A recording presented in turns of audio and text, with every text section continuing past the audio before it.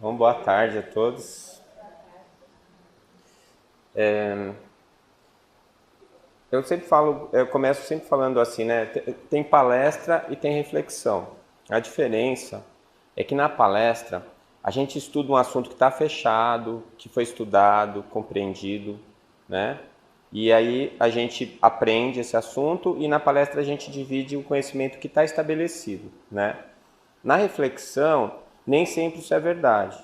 Então eu gosto de chamar a atenção porque assim, são coisas que eu penso, que eu pensei, alguns argumentos que eu estou trazendo, mas que podem estar errados. São coisas que eu estou pensando agora e estou trazendo para convidá-los a refletir comigo, tá? Então, para a gente entender, né, determinadas coisas, porque depois eu me sinto culpado, ainda mais agora que o Júlio e a Dona Eni ficam pondo tudo no YouTube. Aí depois eu vou ver daqui um tempo, eu olho e falo, nossa, mas eu já não acho mais isso, né? Eu falei aquele dia lá e agora eu mudei de opinião. Então a diferença é essa, tá? E é importante a gente frisar isso porque para as pessoas receberem adequadamente as informações que eu vou trazer e para depois elas fazerem um bom uso das informações ou descartar se eles acharem que não serve, tá? Bom, uma das coisas que já há algum tempo eu tenho notado é que a física, de todas as ciências, de todas as áreas do conhecimento humano, a física é aquela que dita o tom, né? É como se fosse o diapasão antes de começar o coro a cantar. Então, assim, parece que é uma coisa muito específica, a física, ela estuda com base na matemática, mas o que a física faz é estudar as leis do universo. E conforme a visão que a física está dando para as leis do universo, ela acaba abrindo o ângulo para todas as outras áreas do conhecimento humano olharem também. Então, a gente tem basicamente três grandes fases na física. A primeira, que foi o grande avanço da humanidade para a era da tecnologia, que foi a física mecanicista de Newton.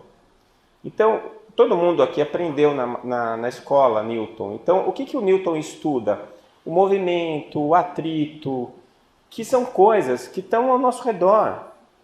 E são coisas que estão, assim, são palpáveis, fáceis da gente perceber, né? Então, por exemplo, o movimento. Eu olho, vejo um carro andando, o carro breca, faz barulho, o pneu esquenta quando eu breco. Quer dizer, o que é isso? Aí o Newton vem e explica. Então, todas as leis da mecânica são leis que a gente pode ver facilmente.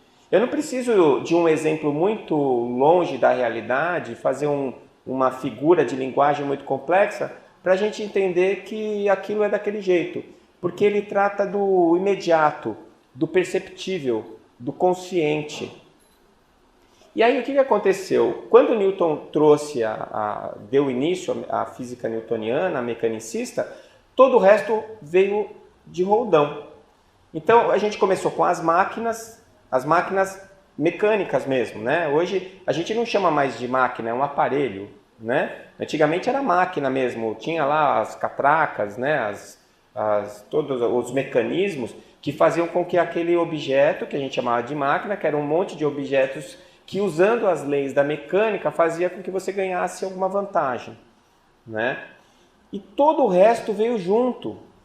Então, a filosofia, a medicina, a biologia, todo mundo veio com o mecanicismo junto. Então, a gente se acostumou a admitir, primeiro que a curiosidade nos fez debruçar sobre o estudo das coisas. Então, tudo que era fenômeno que a gente observava, a gente queria estudar. Ia lá e estudava e conseguia tirar essas leis que eu chamo de leis imediatas, aquelas leis mais óbvias, né? Que foi o que fez a mecânica.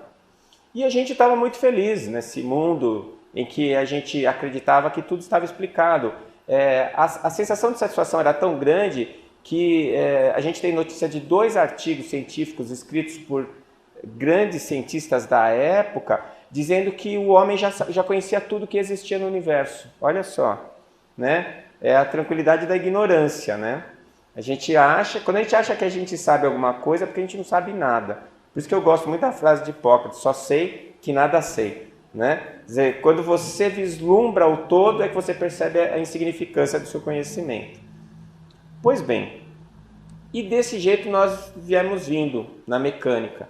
Até que veio Albert Einstein com a relatividade, né? A relatividade, ela já não trata de uma coisa tão óbvia. Ela ainda é uma coisa perceptível, né? Mas não tão óbvia. Então, por exemplo, a velocidade relativa. Quanto que está andando o carro? O meu carro está andando a 100 km por hora. 100 km por hora em relação ao chão. Mas se tiver um carro andando do meu lado a 100 km por hora, a minha velocidade em relação ao carro é nenhuma, é zero. E assim você começa a relativizar as coisas, né? Eu nem tenho condições, nem pretendo dar aula de física aqui, mas o que eu estou querendo mostrar é o seguinte, que as coisas que a teoria de Einstein trouxe já não são tão óbvias. E a teoria da relatividade, ela se baseia numa fórmula que diz que a matéria é energia. Então a gente separava essas duas coisas. Uma coisa é matéria, outra coisa é energia. É a mesma coisa. Matéria e energia são a mesma coisa. E isso já não é tão óbvio. Então a relatividade, ela já parte de um nível consciente para um nível subjetivo, né? Mas ainda um nível que traz uma objetividade. Eu não sei se vocês sabem que a teoria de Einstein, ela nunca conseguiu, nenhum experimento em laboratório conseguiu provar a teoria. E ela só foi comprovada ao longo do tempo aplicando ela para as observações que os astrônomos principalmente faziam em relação aos astros e que essas coisas davam certo. E aí começou a desenvolver toda uma tecnologia em cima da teoria da relatividade que trouxe resultado. Então a gente concluiu que realmente era verdade. E aí, junto com essa relatividade, já veio um monte de outras coisas. Quer dizer, a ciência toda mudou o tom. Já não era mais aquele negócio óbvio, mecanicista, e a gente já começou a estudar as coisas dentro de um ponto de vista mais relativo, não absoluto, né? E as coisas foram caminhando e caminharam mais e mais rápido, tanto para fora quanto para dentro, ou seja, tanto mergulhando no átomo, tanto mergulhando nas partículas subatômicas, como indo para o cosmos, falando dos astros, né, das galáxias e assim por diante. E aí depois veio a terceira etapa, que é a física quântica. E é engraçado que nós ainda não chegamos lá na quântica, porque todo mundo fala a física quântica é recente. Recente nada, tem 100 anos. Mas é que nós só agora é que estamos tendo maturidade para começar a entender as consequências do que aquilo significa. E é agora que a quântica está começando a ditar uma nova forma de ver o mundo, que é uma forma nem objetiva nem subjetiva, é uma forma probabilística, é uma forma estocástica, é um negócio meio maluco, porque dependendo da forma como você pensa, a quântica, ela perverte a realidade, né? Eu vou dar um exemplo. A quântica, ela diz o seguinte, que o mundo é um mundo de possibilidades. Então você teria um leque de possibilidades. E o observador, que seria uma inteligência, uma consciência, ele vai escolher uma dessas possibilidades para ela se tornar realidade. Falando assim parece fácil, mas é uma confusão isso. Eu não sei se vocês estão parando para pensar, né? Vamos supor que tem dois físicos quânticos vindo numa rua. Um vindo numa rua aqui e o outro vindo na perpendicular. E o farol está vermelho para um e verde para o outro. E o físico quântico que está na rua que está o farol vermelho, ele fala assim, Dom, como eu que escolho as possibilidades, eu vou escolher a possibilidade desse farol ficar verde para mim. E o farol vai ficar verde para ele. Só que o outro também é físico quântico. E pensa a mesma coisa. E aí vai ficar verde para os dois? Não vai acontecer isso, né? Então, num pensamento óbvio, no pensamento imediato, que é como nós estamos acostumados a pensar por causa do Newton, a gente começa a achar muito absurdo a quântica. Mas é que ela vai além. Ela não vai no óbvio. Ela não vai nem no subconsciente, ela vai no inconsciente. No inconsciente coletivo de Jung, tem quântica. Então, não é bem assim, eu quero flutuar e eu flutuo. Eu quero que seja dia e é dia. Eu quero que seja noite e é noite. Não é assim.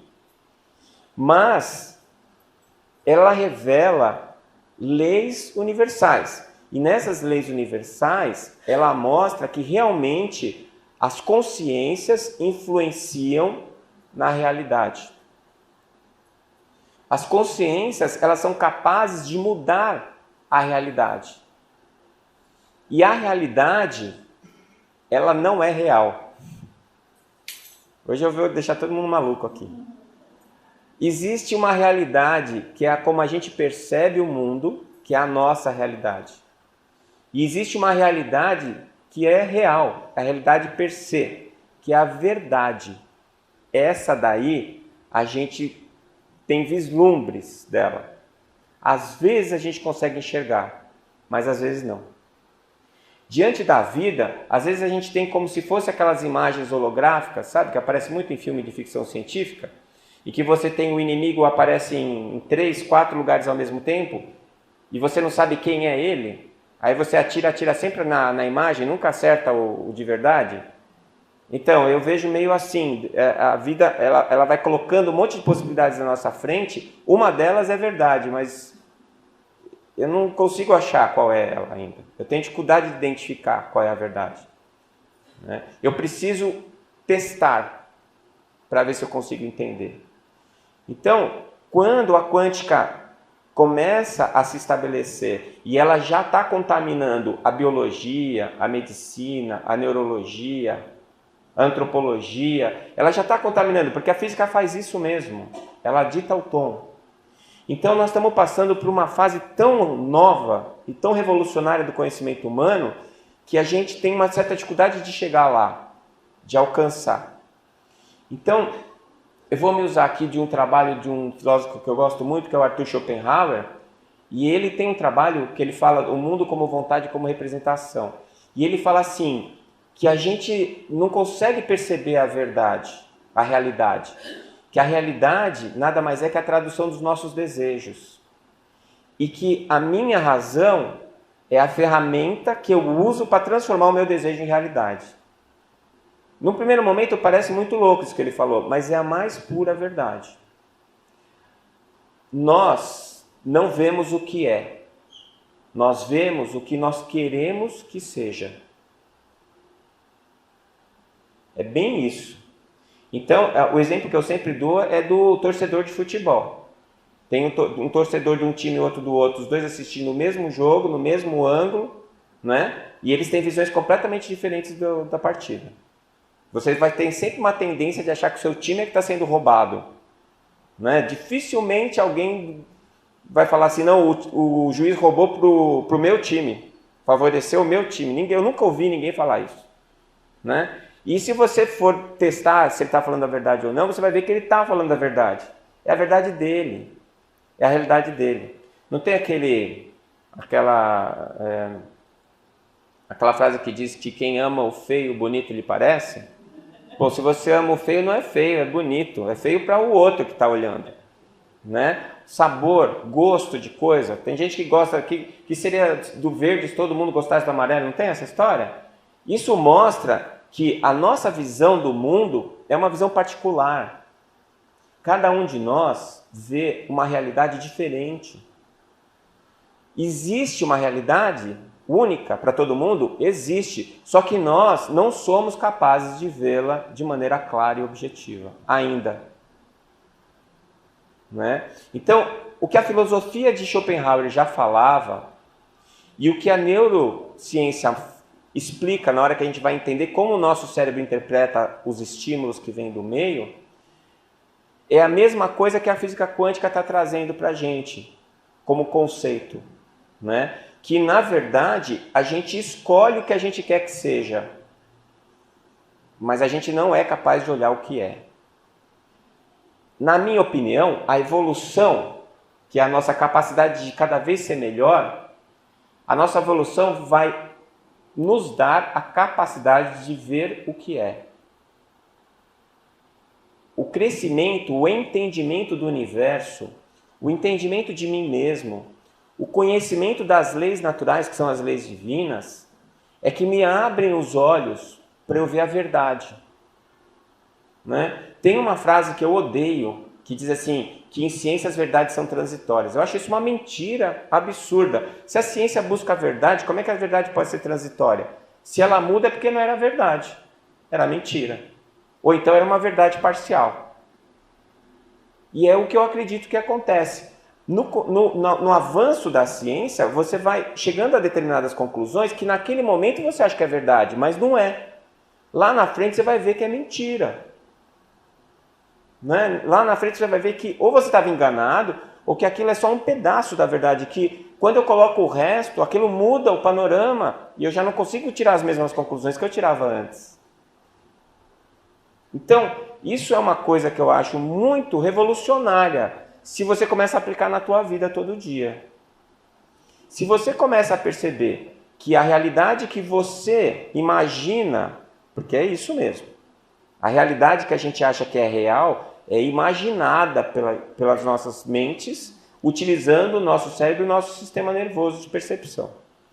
Então, se você começar a levar em consideração que o que te parece tão real pode ser absolutamente falso, ou é apenas real para você, o mundo todo começa a se transformar na sua frente. As pessoas começam a se transformar na sua frente. Você começa a ter visões completamente diferentes das mesmas coisas que você observou a sua vida inteira, às vezes, e que de repente você olha para aquela coisa e vê ela de uma maneira absolutamente diferente. Como se ela tivesse se materializado na sua frente de uma maneira mágica. Né? E acaba parecendo mágico mesmo, porque é na nossa cabeça que isso existe. Então, se para eu ver a verdade, para eu conseguir enxergar a realidade per se, a realidade real, eu preciso aprender, eu preciso evoluir, qual seria o caminho de evolução? É o aprendizado. Né? A gente vai aprender. Aprender o quê? Aprender tudo. Porque, na verdade, o que a física quântica está falando e o que eu estou falando para vocês é uma coisa de escolhas, não é? São escolhas. Eu estou diante de um objeto, eu vou experimentar uma comida que eu nunca experimentei. Aí eu vou sentir o gosto da comida. Se eu vou achar ela boa ou ruim, ou neutra, né? Que nem chuchu é neutro, não é nem bom nem ruim. Né? Quiabo é ruim, para mim. Tem gente que adora. Não é? E chocolate é ótimo. Então pronto, eu estabeleci esses critérios, são escolhas. Eu tenho um amigo meu que ele é obeso, ele tem problema de peso, ele fala assim, a culpa de eu ser gordo é de Deus. Porque se ele tivesse colocado gosto de churrasco na alface, eu ia ser magro. Não é? Então tudo é uma questão de escolha. Agora, eu penso assim, a culpa não é de Deus, a culpa é dele. Se ele achasse o gosto do alface bom e o do churrasco ruim, ele ia ser magro também. Né? Mas aí são as questões das escolhas que vão criando a realidade. Agora, para você escolher, você precisa de um dado importante. Que é qual? Você só escolhe o que você conhece, ou o que você sabe que existe. Eu não tenho como escolher alguma coisa que eu não sei que existe. E isso é uma coisa que remete a gente ao nível de consciência de cada um de nós. Então, o meu livre-arbítrio, a minha capacidade de escolha, ela está diretamente relacionada à minha consciência do que está acontecendo ao meu redor. A consciência que eu tenho do mundo. Então, quanto maior o meu nível de consciência, maior o meu menu de escolhas, as minhas possibilidades. Né? De qualquer maneira, uma vez que eu escolha, eu vou experimentar a escolha. E aquela escolha vai me trazer uma resposta, que é um feedback, que pode ser positivo ou negativo. Se for positivo, eu repito. Foi bom, eu repito. Experimentei uma comida que eu nunca tinha comido. Achei o gosto bom, vou comer de novo. Achei o gosto ruim, não vou repetir. Tá certo? Aliás, a gente faz isso às vezes até por preconceito. Né? O meu caçula, ele deve ter comido alguma coisa que ele não gostou. E depois, um certo dia lá, ele falou assim para mim, pai, uma coisa é certa na vida. tudo que é verde é ruim de comer. Então ele associou a cor a um sabor e agora tudo que é verde é ruim de comer. A gente faz isso o tempo inteiro. A gente faz isso o tempo inteiro. Com a cor dos alimentos, com o jeito das pessoas, com a roupa que elas usam. Né? É o tempo inteiro assim. Quando eu dava aula em Santos, eu dava aula para a faculdade de biologia e num ano lá, como nós fomos começar o curso, chegou um menino que era dark lá. Ele usava um cabelão que vinha na cintura, todo de preto, só usava preto, né? Eu dava aula à noite, ele entrava de óculos escuros, tinha piercing para todo lado. E eu falei, esse menino vai me dar trabalho. Esse moleque tem cara de bandido. Foi meu melhor aluno. Aliás, era muito bonzinho, ele era super gentil. Sabe? Tudo que você precisava, eu conversava com ele e ele ajudava os outros colegas, porque ele era muito inteligente, tinha facilidade de entender. Eu tinha uma ideia dele que ia ser terrível. Por quê? Porque eu associei a imagem dele a outras experiências anteriores. Então eu vou criando a minha realidade, né? Mas na medida em que eu vou aprendendo, eu vou começando a ver com mais clareza e vou tendo mais chances de fazer escolhas melhores. Tá? Muito bem. Como é que é o nosso processo de aprendizado? Como é que a gente aprende? O nosso sistema nervoso, todos os circuitos neuronais do nosso cérebro, eles são organizados de uma maneira para que você aprenda por tentativa e erro. Isso é interessante, porque a gente aprende por tentativa e erro. Então, todas as vezes que a gente está diante de um dilema, de possibilidades, a gente vai usar a nossa memória do passado, as nossas experiências anteriores, para escolher uma delas. E aí, na medida em que você escolhe aquilo, você está testando. Né? E aí, se dá certo, você repete, se não dá, você evita. Bom, esse nível essa forma de aprendizado, ela impõe para a gente o erro. Não é? Ela impõe o erro. Por isso que diz que errar é humano, é mesmo. Quem não erra não aprende. Para você aprender, você tem que errar. Porque você tem que tentar. E o erro, ele traz algum nível de sofrimento. Traz dor, muitas vezes. Porque você faz uma coisa que traz uma resposta negativa, você sente dor. Ou você pode não fazer nada, mas alguma coisa que acontece ao teu redor, da maneira como você vê a realidade, aquilo te agride tão fortemente que você sente dor. E a dor vai te ensinar. A dor vai fazer com que você se mobilize para que aquilo não aconteça mais, ou para você se livrar daquele sentimento que está te trazendo a dor de uma maneira ou de outra. Isso é que faz a gente andar para frente. Né? Isso é que faz com que a gente discuta, evolua. Né? É a tentativa e erro. Eu achava, até bem pouco tempo atrás, por isso que é interessante, a gente vai fazer a reflexão para a palestra, vai mudando de ideia, por isso que eu falei aquilo no começo. Eu sempre achei que o caminho da dor era o mais curto. Por quê? Porque a gente é herdeiro da tradição judaico-cristã que fala muito da dor como forma de aprendizado. Todos os nossos grandes vultos do cristianismo foram mártires, a começar por Jesus. Todos eles sofreram, foram queimados, né? Foram discriminados. E eu cresci na Igreja Católica aprendendo isso, que era a dor é que fazia a gente crescer. Faz mesmo crescer. Eu acabei de falar isso. Mas será que é só a dor que faz a gente crescer? Um dos exemplos que eu sempre usei era do soldado. O soldado, quando tem guerra, ele sobe a patente mais rápido. Então seria um caminho mais curto, porque você vai lá, vai sofrer para ganhar a medalha mais rápido. Eu já não vejo mais desse jeito. Por quê? Porque a dor, ela vem do erro. O erro vem da tentativa. Então, se eu vou tentar, até acertar, a chance de eu ficar muito tempo errando é maior do que se eu já for para uma alternativa que talvez dê certo. Então é aquela história, o teimoso que não aprende nunca, né? O teimoso, todo mundo fala, o teimoso ignora o que todo mundo fala. Ele tem que ir lá, ele experimentar. Então ele vai sofrer mais. O outro que observa, e que pede a opinião antes é aquele que fala assim, bom, eu vou ter que ir para tal lugar. Eu vou conversar com alguém que já foi lá, porque a experiência dele pode me ajudar. Pronto, ele já está eliminando um monte de possibilidades que ele não precisa errar para passar por aquilo. Então, esse daí não está buscando a dor, ele está buscando um caminho do acerto. Obviamente que é um caminho mais curto. Vocês concordam comigo? Então, o caminho da dor não é o caminho mais curto, é o caminho mais longo.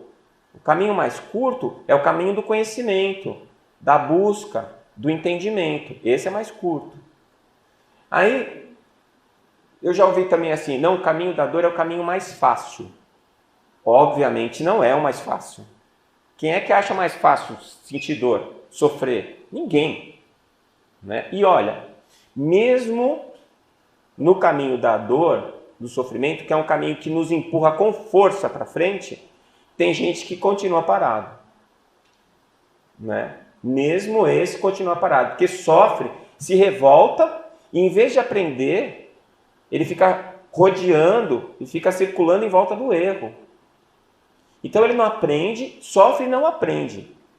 Por isso que toda vez que acontece alguma coisa muito ruim na minha vida, ou que eu estou doente, ou que eu sinto alguma dor, nas minhas preces, a primeira coisa que eu faço é perguntar, é pedir que a espiritualidade me mostre a lição que eu tenho a aprender com aquela experiência. Porque eu quero aprender rápido.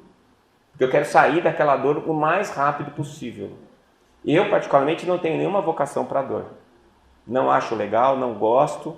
E se der para evitar, eu vou evitar. Mas quando ela vem, eu não posso me revoltar, eu preciso me resignar. E a resignação não significa aceitar passivamente. Significa aceitar que aquilo está posto para você. E que é você que precisa lutar para superar aquele obstáculo. Se ele for insuperável, aprender a lição que eu tenho que aprender com ele. Certo? E é assim que a gente vai indo. Então, a dor não é o caminho mais curto, nem o mais fácil. É o caminho mais provável. É o caminho mais provável por quê? Porque a amplitude da nossa consciência é restrita. E no nosso menu de opções para as escolhas que nós fazemos, geralmente as opções são de dor. Tem as piores e as melhores. Não que não existam outros caminhos, eles existem, mas raramente nós conseguimos vê-los. Raramente nós conseguimos vislumbrar esses caminhos. E quando alguém está próximo de nós e consegue fazer isso, em vez da gente usar o exemplo, a gente fica com raiva. Né? Vocês sabem disso, né? Quantas vezes já ouvi assim, eu não gosto daquela mulher. Por quê? Ela está sempre feliz. É irritante. É irritante porque, não porque ela está feliz, é porque você quer ser feliz igual ela e não consegue. Mas porque ela é a tal da otimista. E o otimista é que escolhe o lado bom, não o lado ruim. O pessimista é o que escolhe o lado ruim e não o lado bom. E aí você vai dizer, não, eu escolho o lado ruim porque é a dor que me faz evoluir. Bobagem. Bobagem. Você escolheu o lado ruim porque você quis. Não é? Quando você pode escolher o lado bom, você não escolhe. Por quê? Porque você não vê o lado bom. Você só vê o lado ruim. É a história do copo. O copo tem metade do copo tem água, metade está vazio. Você mostra para o otimista, está quase cheio. Mostra para o pessimista, está quase vazio. O pessimista vê o que falta de água. O otimista vê o quanto de água já tem. Então, essas escolhas, elas determinam a sua vida e determinam a vida das pessoas que você influencia. Porque a maneira como eu vejo a realidade depende das minhas escolhas, mas as minhas escolhas dependem do meio onde eu vivo. E nós somos constantemente influenciados pelo meio. Constantemente. É só aparecer alguma coisa no Fantástico que todo mundo acredita na segunda-feira. Todo mundo acredita. Agora não, que o pessoal está abrindo o olho, né? Mas era assim. Se você tem uma pessoa que você confia muito, que você considera ela muito, e ela te dá uma opinião, essa opinião ela tende a ser a sua. Até que a experiência mude a forma de você ver. Então, existe uma coisa que a quântica está falando agora, que se chama efeito zeno quântico. O efeito zeno quântico é o seguinte: Vocês sabem que os físicos vão observar uma partícula pequenininha e a maneira como eles observam determina o comportamento da partícula, né? Que é a tal da física quântica, partícula, onda ou partícula, como ela vai se comportar. E eles descobriram o seguinte, que quando muitos pesquisadores estavam observando a mesma partícula e eles tinham a mesma ideia sobre a partícula, ela acabava consolidando aquele comportamento e ela passava a se comportar sempre daquele jeito. Seria como o inconsciente coletivo do Jung. Assim, se todo mundo pensar uma coisa, aquela coisa se transforma em realidade no meio. Então você imagina que todo mundo tem um pensamento ruim sobre determinado assunto naquela sociedade, o que vai acontecer? Aquilo vai se consolidar como verdade para todo mundo que está naquela comunidade. E o efeito xenoquântico, ele pode funcionar também para você. Porque se você ficar o tempo inteiro pensando numa possibilidade ruim, você vai acabar cristalizando aquela possibilidade na sua vida. E aquilo vai acontecer. E depois você ainda fala, bem que eu falei. Todo feliz, orgulhoso. Né? Todo orgulhoso. Então acontece muito isso, a gente vê isso na medicina, vê isso na vida. Às vezes a pessoa fala, eu comecei hoje com o pé esquerdo, eu já estou vendo que o dia vai ser uma droga. Aí tudo o dia dela dá errado. Aí chega à noite em casa, ela chega e fala, toda satisfeita, bem que eu disse que o dia ia ser uma droga. Ué, foi porque você quis. Você escolheu. Você deu o start. Né? Eu sempre conto essa história, é uma história meio íntima até, mas eu conto porque é um bom exemplo. Há 5 anos atrás eu saí de Santos e vim morar aqui em Campo Grande. Eu cheguei aqui, eu estava desempregado, né? Se você perguntar para mim por que eu mudei, eu vou disfarçar, vou falar para você que eu sei, mas eu não sei. Né? Porque eu estava 22 anos em Santos, minha vida estava prontinha lá e resolvi vir para cá. Bom, nós mudamos para um apartamento que tinha só um banheiro. Eu, minha mulher e meus 3 filhos. Como se já não bastasse, nós pegamos uma infecção por rotavírus. E todo mundo ficou mal do intestino. Agora você imagina 5 revezando num banheiro. Naquele momento eu já estava achando que a minha vida estava indo para o buraco, entendeu? E eu não estava conseguindo me colocar, estava achando que estava tudo uma droga, falando, o que eu vim fazer aqui? Eu devia estar em Santos, não sei o que lá, aquela coisa toda. Um belo dia, eu levantei de manhã cedo para ir trabalhar. Aí fui no tal do banheiro. Na hora que eu fui sentar no vaso sanitário, o vaso quebrou. Olha, me deu um desespero naquela hora, uma vontade de sair e pular da janela, porque era baixinho, não ia adiantar nada. Aí, na hora, eu me lembrei, acho que a espiritualidade me inspirou, falou assim, as coisas que você fala nas suas palestras, por que você não usa? Diz que o ouvido mais perto da minha boca é o meu, né? Por que você não ouve? Aí sabe o que eu fiz? Eu levantei, voltei para a cama, deitei, rezei um Pai Nosso, conversei com a espiritualidade e falei, eu vou começar o meu dia de novo. E a partir desse dia, tudo vai começar a dar certo na minha vida aqui. E aí eu levantei, fui lá, prendi de novo o vaso sanitário no chão lá, nem sabia que aquilo consertava daquele jeito, consegui consertar. E a partir daquele dia as coisas começaram a andar e tudo deu certo. Né? Foi coincidência, foi escolha. Porque já estava dando certo, mas eu não conseguia ver. Eu falava que eu não tinha amigos aqui, muita gente já tinha se aproximado de mim, estava oferecendo amizade e eu não conseguia enxergar. A gente não vê o que é, a gente vê o que a gente deseja que seja. Não é? Então, o que isso significa? Significa que, nesse processo de aprendizado, de tentativa e erro, eu preciso me concentrar no acerto e não no erro.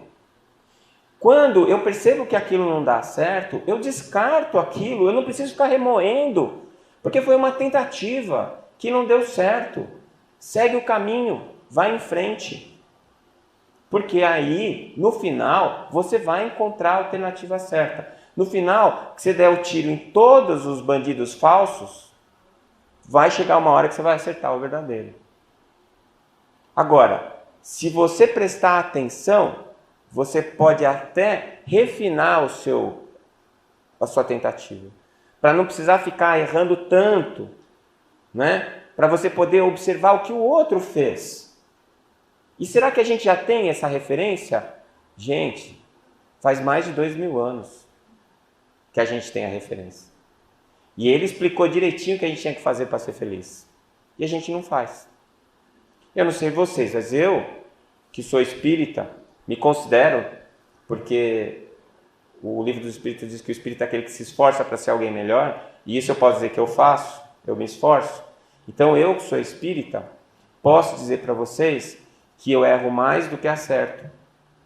E que eu faço menos de 1% daquilo que eu acredito que eu deveria fazer. Eu sei que é errado, eu não quero fazer, mas quando eu vejo, eu já estou fazendo. Porque é quase que automático. Não é quase, é automático. Então, qual que é o meu caminho? Meu caminho é fazer força para não errar mais. E toda vez que eu estiver errando, eu parar o processo, retroceder, pedir desculpas, consertar as burradas e continuar seguindo o caminho. Tentativa e erro. Errou, errei, aprendi, virou a página. E nesse caminho, nós vamos indo adiante.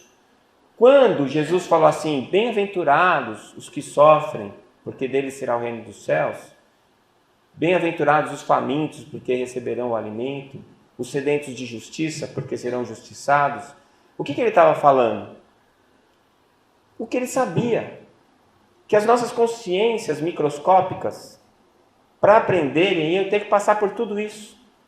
Pela dor, pela fome, pela injustiça, pela ingratidão. Mas ele não estava dizendo para a gente que era nossa obrigação passar por isso, não. É só ele estava constatando o óbvio. As nossas escolhas vão ser essas. Mas não que isso precise para que você seja feliz. Ele não quer que a gente sofra. A gente não precisa sofrer, mas vai. Por quê? Porque escolhemos isso. E por que escolhemos isso? Porque somos deste tamanhinho ainda. Vocês conhecem alguma criança que aprendeu a andar sem cair? Alguém aprendeu a andar de bicicleta sem se ralar, pelo menos uma vez na vida? Alguém aprendeu a cozinhar sem queimar a comida, ou pôr muito sal um dia ou no outro? Não tem como. É o processo. E nesse processo de aprendizado, é a tentativa e erro. Vamos errar, mas vamos aprender com os erros. Então, depois diz assim, mas ai dos ricos e poderosos, porque depois vão ter os rangeres de dente e as dificuldades. Ele está praguejando e está condenando os ricos e os poderosos? Não. A diferença é que, para o pobre, para o que está passando uma provação, uma dificuldade, o caminho está estreito, ele não tem muito para onde ir. Ele só pode ir para frente. A chance dele errar é menor. Mas erra, hein? Erra também. E quando erra, erra feio também, né? Mas ele pelo menos tem uma desculpa. Né? O pobre que vira bandido ainda tem a desculpa que a miséria levou ele para a bandidagem. Né? Mas se isso fosse verdade, todo pobre ia ser bandido, e não é. Mas ele tem essa desculpa. E o rico que é bandido? Esse não tem desculpa nenhuma. Então, por que ai dos ricos e poderosos? Porque os ricos e poderosos, eles estão por conta. A consciência deles é que conduz eles. A vida não restringe. Então, eles têm um caminho mais aberto, mais largo. A chance deles adernarem é maior. Então, a prova é mais difícil. Mas eles podem evoluir sem a dor? Claro que podem. Se você é rico e poderoso e usa a riqueza e o poder para auxiliar o próximo, você dá um passo enorme. Você evolui, você aprende. E aonde é que nós queremos chegar? Queremos chegar no conhecimento das leis naturais. Queremos chegar na consciência ampla, capaz de escolher o certo. Capaz de ver o que é e não o que deseja ser. Schopenhauer fala que o único que vê a verdade é aquele desprovido de desejos. Só é desprovido de desejos aquele que ama sem condições. Aquele que ama a todos sem nenhuma condição. Seja qual for a condição do outro, ele não impõe condição para ele. Então esse não tem desejo. A única coisa que ele faz é amar. Amar ao próximo, irrestritamente. Então, ele não tem problemas nenhum com ingratidão. Ingratidão, o que que é? É o outro não fazer o que você acha que você merecia que ele fizesse por você. Você ajuda o outro te trai depois, ele foi ingrato com você? Se você esperava algum retorno dele, ele foi ingrato. Se você não esperava retorno nenhum, ele não foi. Ah, mas ele te prejudicou depois. Mas ele não sabe o que eu sei. Ele é ignorante. E a ignorância leva ao mal. A sabedoria leva ao bem. O mal não é o contrário do bem, é a ausência dele. Então, o meu nível de consciência vai levar a uma possibilidade de ver o mundo, reagir com o mundo de maneira harmônica. É lá que eu quero chegar com a minha evolução. E quem vai me levar lá? O conhecimento. E o conhecimento vai ser gerado pela minha capacidade de aprender. E este, na minha opinião, é o que se referia a Jesus quando dizia que nós somos criados à imagem e semelhança de Deus. A imagem e semelhança de Deus não quer dizer que Deus é um ser humano. Não quer dizer que Deus é um ser. Quer dizer que nós temos no nosso germen, na nossa origem, a capacidade de aprender e evoluir. E na medida em que eu aprendo e evoluo, eu vou atingindo a proximidade de Deus. Porque eu vou começar a não ter mais desejos. E a ausência do desejo vai me fazer ver o que é, e não o que eu quero que seja. Vai me colocar diante da verdade. E Ele é a verdade. Deus é a verdade. É a causa e origem primária de todas as coisas. Então, quando Ele disse assim para a gente que o reino de Deus está dentro de nós, Ele está dizendo exatamente isso. O reino de Deus é a sabedoria, é a paz, é a harmonia, é o amor incondicional. E está dentro de nós porque Ele nos criou a partir disso. É a nossa origem, é a nossa causa primária. E na medida em que nós vamos evoluindo, nós vamos afastando a ignorância, e quanto menos ignorância, mais luz, mais conhecimento, maior a capacidade de amar. Então, esse é o mecanismo pelo qual fomos criados e vamos evoluir. E a única coisa que foi determinada, que é inexorável, é que nós vamos evoluir e que vamos ser felizes. Estamos condenados à felicidade eterna. Essa é a única condenação que nós temos. Todos os outros percalços da nossa trajetória, as dores, as dificuldades, são oriundos da nossa ignorância e do nosso processo de aprendizado. Portanto, se as escolhas são nossas, que as façamos com maior possibilidade, com a maior quantidade de consciência possível. Portanto, aprender, observar e depreender o que está acontecendo ao redor é uma atitude inteligente que vai nos levar a escolhas mais razoáveis, mais próximas da verdade, com menor chance de erro e, consequentemente, com menor possibilidade de dor e de sofrimento. Então, o que o Espiritismo me revelou, e que é uma coisa que eu acho muito importante, é que a minha vida está nas minhas mãos. Deus criou tudo que existe, e perfeito. E essas leis vão me levar inexoravelmente para a felicidade. Mas o caminho quem escolhe sou eu. Quando a chuva cai no topo de uma montanha, a água vai escorrendo e vai chegar no sopé. Mas cada gota escolhe um caminho diferente. São incontáveis os caminhos que levam para o mesmo lugar. Ou se você pensar numa bacia de um rio, toda a água da chuva que cai naquela região vai acabar parando na bacia do rio. Mas cada uma vem por um caminho diferente. Cada um de nós tem o seu caminho. Cada um de nós vai para um lado. Às vezes a gente está vindo junto, tem uma pedra, um vai para a direita, outro vai para a esquerda. Mas lá no final nós vamos dar no mesmo lugar. Então essa é a boa notícia. Está na minha mão. Só depende de mim. Eu não dependo de mais ninguém para ser feliz. Só de mim. E essa é a má notícia. Porque antes eu deixava tudo nas mãos de Deus. Eu deixava nas mãos das outras pessoas. Eu queria alguém para me fazer feliz. Eu queria alguma coisa para minha vida ser feliz. Eu queria um Deus que me desse tal coisa. Com todo respeito aos nossos irmãos cristãos, eu fico tão revoltado quando eu vejo pertence a Jesus. O que Jesus vai fazer com um Fusquinha? Fala para mim. Nem que fosse um Rolls Royce. Pouco importa. Os objetos materiais, eles não servem para nada, a não ser como instrumentos de aprendizado. A gente dá uma significância muito grande para isso.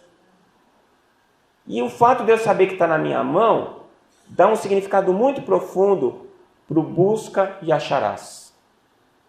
Se eu estou triste, se eu estou perdido, se eu estou angustiado, se eu acho que a minha vida não está no rumo certo, se eu acredito que as coisas não estão indo como deveriam ir, penso, analiso as minhas escolhas até o ponto em que eu estou, penso aonde eu quero chegar e a maneira como eu quero chegar e reformo as minhas escolhas, mudo a minha vida, transformo ela.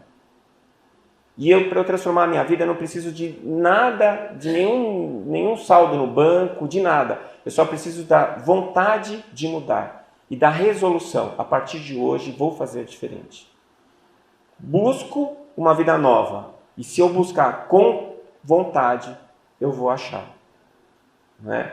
Então, não fica esperando que Deus venha te salvar. Ele já faz tudo o que Ele pode para isso. Não pense que alguém precisa vir para te fazer feliz. Porque tudo que existe no universo concorre para que você seja feliz. A única coisa que está faltando é você levantar, arregaçar a manga e trabalhar. Escolha a felicidade. Obrigado pela paciência.